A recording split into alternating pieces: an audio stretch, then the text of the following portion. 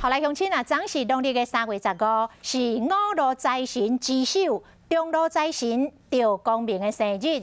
伊唔但有4方的财库，阁有武财神的称号。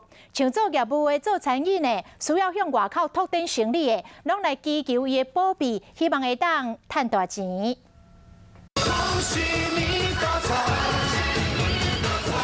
想要财源滚滚来，财神爷生日这日天，都爱好好啊拜，还阁传寿桃。旧历的3月15是五路财神之首，中路财神赵公明的生日。还是中央的，所以各方就是东南西北。头一个这个等于无锡啊，手拿着这银鞭，骑着一个黑虎啊，这就是讲伊的一个造型，表示讲伊很勇猛啊。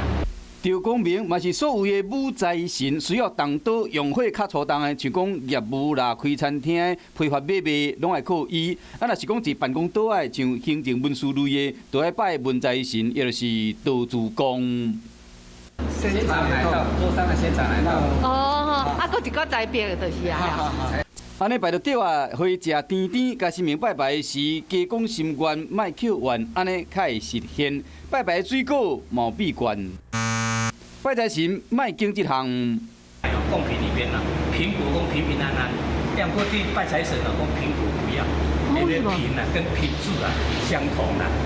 唔通愈拜愈平，像往来所、佛陀所，华语甲顺言书要共音，即嘛尽量莫拜，才有法度讨一个好吉兆，平安搁招财。